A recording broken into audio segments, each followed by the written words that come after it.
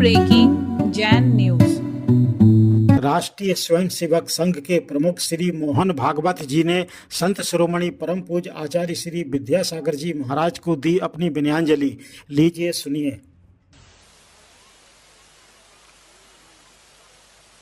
सभी परम सिद्ध श्रद्धेय संत और साध्वी गणों को प्रणाम। आचार्य विद्यासागर जी महाराज का स्मरण हम यहाँ पर कर रहे हैं। मेरा उनका पहला परिचय श्री गुरुजी जन्म शती के समय जबलपुर में उनका जहाँ निवास था वहीं पर एक बड़ा कार्यक्रम आयोजित किया था तब हुआ। से तो कार्यक्रम में हम रहे उसमें तो परिचय होता है, लेकिन उनके साथ घंटा भर फुर्सत से बैठकर एक से एक की बातचीत, ऐसी बातचीत भी हुई। उसी समय ये बात ध्यान में आई कि तर्क से तो बात रखते ही है, उनकी कही बात को तर्क से नकारना संभव नहीं होता है। परंतु केवल इतना नहीं था, उस तर्क के पीछे भी उनकी एक सहज आत्मीयता ध्यान में आती थी, यानी अपनेपन की बात होती थी। ये मैं तो पहली बार मिला था, और वैसे आत्मीयता होने की कोई वजह नहीं थी, कोई दीर्घकाल का संबंध आना जाना नहीं था, कुछ नहीं था। परंतु ये ध्यान में आया, संतों के बारे में ऐसा कहते हैं कि ऐसी कळवळ्याची जाती लाभाविण करी प्रीति। ऐसे संतों में एक स्वाभाविक गुण होता है, सबको अपना मानते हैं, और उनकी क्योंकि पूर्ण वैराग्य है, किसी से कुछ चाहते नहीं, तो सहज आत्मीयता, उसके कारण ऐसा लगा कि उनको मिलेंगे। और मैं भी मिलता रहा। हमारे संघ के जो सीनियर अधिकारी है, सूरी जी सोनी हो, भैया जी जोशी हो, हम लोग समय समय पर मिलते थे। चौमासे में वो कहाँ है पता लगाकर मैं जाता था, क्योंकि हमारे लिए ये एक व्यक्तिगत पोषण की बात थी, उनके साथ बात होना, कोई निमित्त नहीं, जाके मिलना बैठना। और वो किसी विषय की चर्चा छेड़ते थे, उसमें से कई बातें हमने क्या करना चाहिए, किस दिशा में सोचना करना चाहिए, अनायास ही मिल जाती है। कई बार ऐसा भी होता था कि मन में कोई जिज्ञासा लेके जाते, प्रश्न लेके जाते हैं, और बिना उनको बताए सहज ही उधर से उत्तर मिल जाता है, सटीक। ऐसा कभी हुआ नहीं कि उन्होंने कोई रास्ता बताया हो, उस पर चल के हमको विफलता मिली। कोई भी जटिल विषय हो, उनके सलाह के अनुसार चले तो हम हमेशा यशस्वी हुए। मेरे लिए तो एक व्यक्तिगत ये मेरे हानि की बात है उनका पार्थिव यहां न होना, बल्कि उनके जीवन में से भी इतना है कि उसको स्मरण करते रहे तो जीवन भर का पाथेय हमें प्राप्त होते रहता है। परंतु वो जो सान्निध्य मिलता था, बात होती थी, कल्पनाएं मिलती थी, परामर्श मिलता था, लेकिन और कुछ बात थी जो उनके यहां बैठे आधा घंटा तो आगे साल भर के लिए मन बड़ा स्थिर रहता था। ये तो आप जो उनसे मिलते रहे होंगे उन सब ने अनुभव किया होगा, क्योंकि उनका कोई स्पेशल मेरे लिए कुछ था ऐसा नहीं है, ये सबके साथ उनका ऐसा रहा ही होगा। अत्यंत कठोर व्रताचरण और संपूर्ण वैराग्य, निस्पृहता। यानी मैं कहता हूं कि किसी राष्ट्र के जीवन में किसी समय ऐसे व्यक्ति उपलब्ध रहना, ये उस राष्ट्र की बड़ी पूंजी है।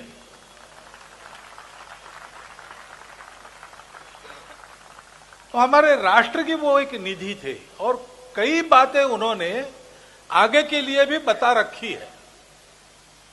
देश के विकास की दिशा क्या हो, उनका बड़ा आग्रह रहता था कि अपने देश के स्व के आधार पर विकास हो, और इसलिए लगातार उन्होंने ये आग्रह रखा था कि अपने देश को भारत कहो, इंडिया मत कहो।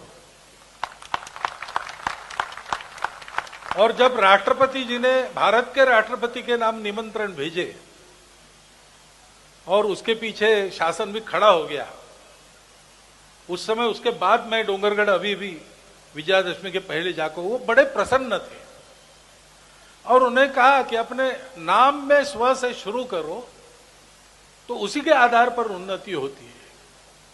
उन्होंने कहा कि अपने ग्रामीण इलाकों में कई उत्तम प्रकार के कारीगर हैं, परंपरा से चलने वाले, उनके कारीगरी के आधार पर देश का उत्पादन बढ़ाए। Production by masses, mass production, ये मैं उनके शब्द नहीं बता रहा हूं, जो मैंने समझा। उनके उत्पादन को बढ़ा दो तो रोजगार भी बढ़ेगा, उत्पादन भी बढ़ेगा। और कई ऐसी बातें, शुद्ध भारतीय परंपरा का विचार और आज की परिस्थिति में बिल्कुल काल सुसंगत एक प्रकार का राष्ट्र का दर्शन, ऐसा भी हमको मिलता था। और कुछ ना मिले तो भी वहां बैठे तो भी हम समर्थ हो जाते, ऐसा हमको लगता था। अब वो सान्निध्य तो हमारे पास है नहीं, लेकिन उसके स्मरण मात्र से भी कुछ प्राप्त होता है। और जो उपदेश उनका रहा है, व्यक्तिगत अपनी साधना के लिए हो, व्यक्तिगत अपने जीवन के आचरण के लिए हो, या राष्ट्र जीवन की दिशा कैसे हो इसके बारे में हो, वो सभी बातें मुझे लगता है आज 100% सुनने लायक, मनन करने लायक, उन पर आगे बढ़ने लायक है। और ऐसे विद्यासागर जी महाराज, हमारे राष्ट्र ऋषि, उनके बारे में मेरा श्रद्धावनत होकर मैं उनको और मेरी श्रद्धांजलि। परम पूज्य आचार्य भगवान श्री विद्यासागर जी महाराज के लिए दिल्ली में दिनांक 25 फरवरी को संपन्न विनयाञ्जलि सभा में उपाध्याय श्री गुप्ती सागर जी महाराज ने अत्यंत भाव विभल होकर और अश्रुपूरित नयनों से प्रकट किए अपनी विनयाञ्जलि के उद्गार। बेचैनी के साथ ये जीवन, कितना भी आदमी बीतरागी हो जाए, परंतु गुरु का जीवन सर्वोपरि होता है। मनुष्य के लिए भौतिक वस्तुएं चाहिए, संत के लिए कुछ नहीं चाहिए। सम्यक दर्शन, ज्ञान, चारित्र की आराधना जीवन का लक्ष्य है। मैंने कभी कुछ नहीं चाहा। जिस दिन से ग्रह त्याग किया था, केवल गुरु चरण मांगे थे, और इसलिए अंत में मैंने एक अंतिम खत लिख करके ब्रह्मचारिणी के हाथ से सोनीपत जैन समाज के अध्यक्ष के माध्यम से भेजा था।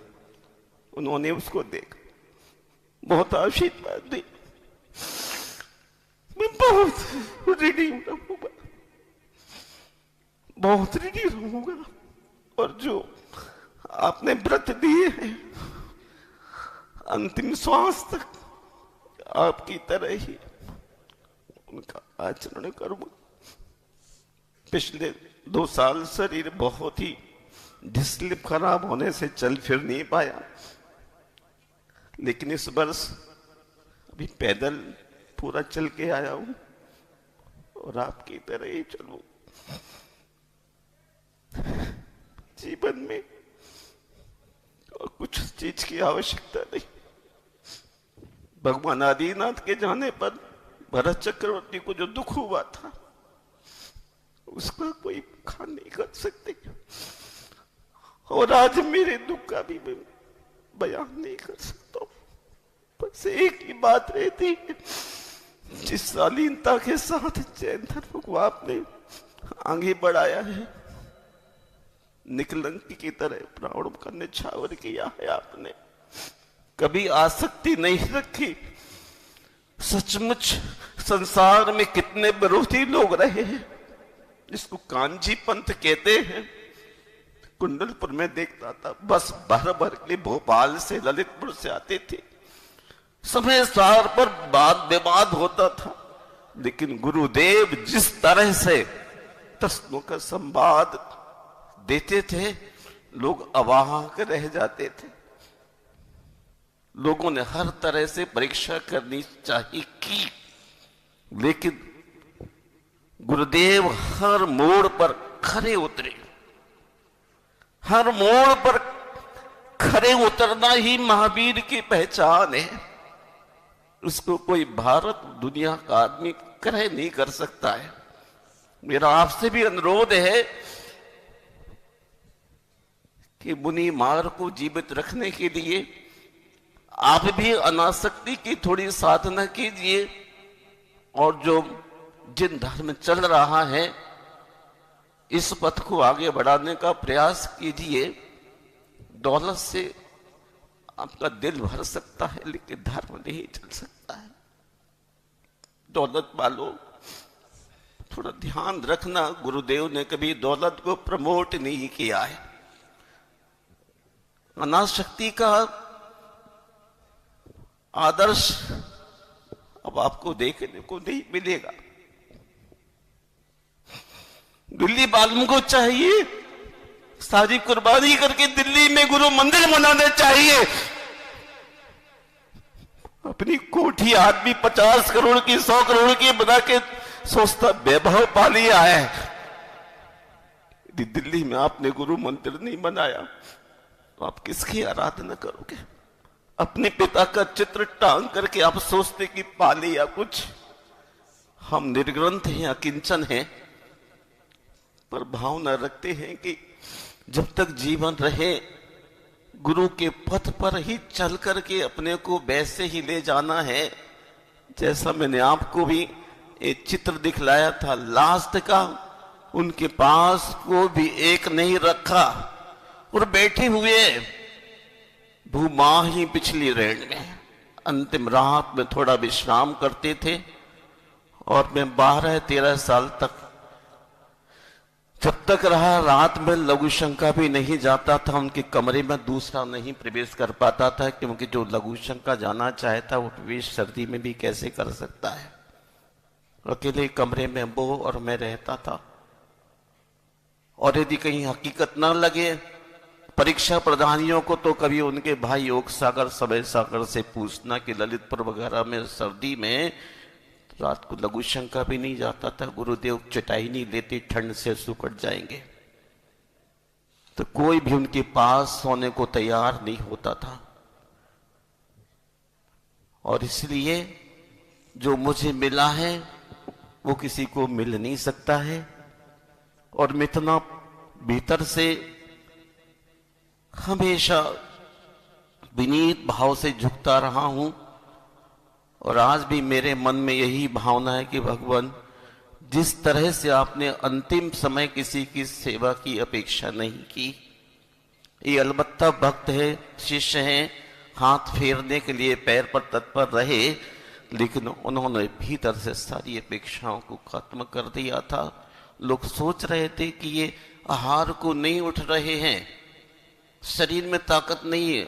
उन जैसी ताकत तो कोई सी आदमी में नहीं है। हर स्थिति में अपने आप से जंग लेते रहे, हर स्थिति में आपने आप को बर्दाश्त करते रहे। कहते अधीर हूं, मुझे धीर दो, सहन करूं सब पीर।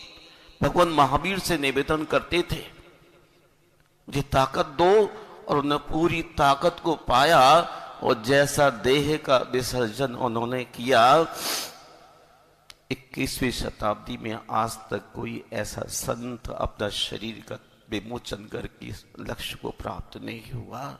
कोई चलते चलते गिर गए, कोई बैठे बैठे समाप्त हो गए, कोई कुछ भी हुआ, लेकिन जैसा इन्होंने शरीर का त्याग किया है, ये संयोग शायद और लोग भी प्राप्त करें, करना ही चाहिए।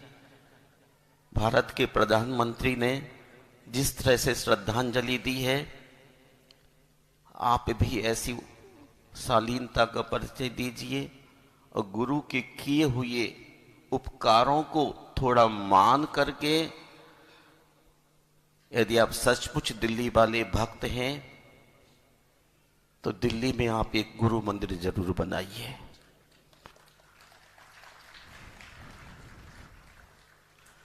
यदि सचमुच आप गुरु भक्त हैं, डंके की चोट के साथ कहते हैं कि विद्यासागर महाराज का भक्त हूं, तो दिल्ली में गुरु भक्त उनका नागरसली मंदिर बनाइए। और जब कभी तुम्हारा दिल भारी हो जाए तो उनके चरण में जाकर के बैठ तो पाओगे। आप उनका हमेशा रेफरेंस देते हैं, गुरुदेव ने कहा है। उन्होंने कहा नहीं कहा मुझे नहीं मालूम, लेकिन अब जब उनके ना रहने पर आपको कुछ नहीं मिलेगा, तब गुरु की प्रतिबिंब आपके लिए सहारा बन जाएगी। मैं गन्नौर में का स्वास्थ्य खराब था तो बहुत बेचैन था, बहुत परेशान था। एक रात जाने के पहले दर्शन दो गुरुदेव, आज मोरी अखियां प्यासी रे।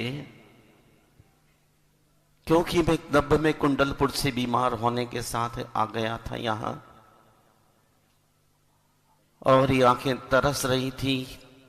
तो 2 दिन से ही बोलता है, दर्शन दो गुरुदेव, आज मोरी अखियां प्यासी रे। और ये आंखें केवल भीतर की आंखों से उनको देख पाई हैं। उन्होंने मुझे लास्ट में जो आशीर्वाद दिया वही मेरी दौलत है, वही दौलत है। आपको बहुत मिला होगा, लेकिन मुझे केवल आशीर्वाद चाहिए था, मुझे मिला। और उसी बल पर इस जिंदगी में जैसे उन्होंने महावीर का ध्वज लेकर चला, वो ध्वज लेकर के चलूंगा। और कहीं भी थोड़ा भी मन के लिए हल्का ना करता हुआ कोई कंप्रोमाइज की जिंदगी कभी ना जीऊंगा। उन्होंने यही शिक्षा दी, कंप्रोमाइज कभी नहीं करना। क्रोध करना है तो अपने ऊपर करो, ताकि डबल तपस्या कर सको। क्षमा कर सको तो लोगों को क्षमा करो जो बेचारे हैं, कुछ नहीं कर सकते। हमें अपनी आत्मा की साधना बढ़ाना है, इसलिए ही ग्रह का त्याग किया। महावीर ने भी पाने को भवन को छोड़ा। लोग छोटे छोटे भवन के लिए लड़ जाते हैं, लेकिन हम शांति के लिए ग्रह का त्याग करके निकले हैं। और आज हम अपने परम पूज्य गुरुदेव की इस क्षण श्रद्धा भरे भावों से दोनों हाथ जोड़ के वंदना करता हूं। और एक आपको कहना चाहता हूं, गगन मार्ग से उनके चरण यहां पर हैं, गुरुदेव के चरण यहां पर हैं। और गुरुदेव के चरण का आपको प्रक्षाल करके उनके अपने मस्तक पर गंधोदक कुआज लेकर के जाना है।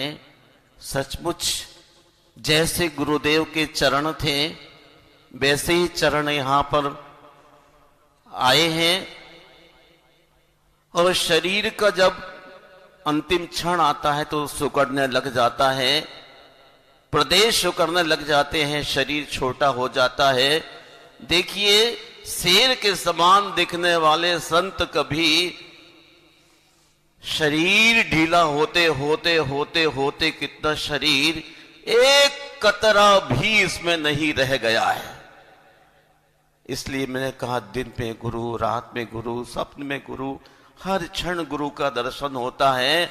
अब गुरु तो नहीं मिलेंगे, लेकिन ये चरण यहां पर आए हैं, जैसे उनकी उंगलियां हैं वैसे हमें साक्षात्कार हो रहा है। और आप सब अपनी मन की शांति के लिए अभी यहां से प्रक्षाल करके गंधोदक लेके जाइएगा। हम अपने जीवन में यही आस्था, यही विश्वास, यही श्रद्धा रखते हैं कि हम सब जब तक स्वस्थ रहेंगे तब तक गुरुदेव के कहे हुए मार्ग पर चलेंगे और दिल्ली में एक गुरु मंदिर जरूर बनाएंगे। क्या करेंगे? मैं गुरुदेव की जयकार बोलूंगा, हो सकता कोई छोटे छोटे भक्त आएंगे। मैंने सुना है छोटे लोग और छोटे नोट बहुत काम आते हैं। छोटे लोग और छोटे नोट बहुत काम आते हैं, बड़े लोग पता नहीं पड़ता कई बार। तो गुरुदेव का दिल्ली में गुरु मंदिर इसलिए बनाना है कि सारे संसार के लोग यहां दर्शन करने आए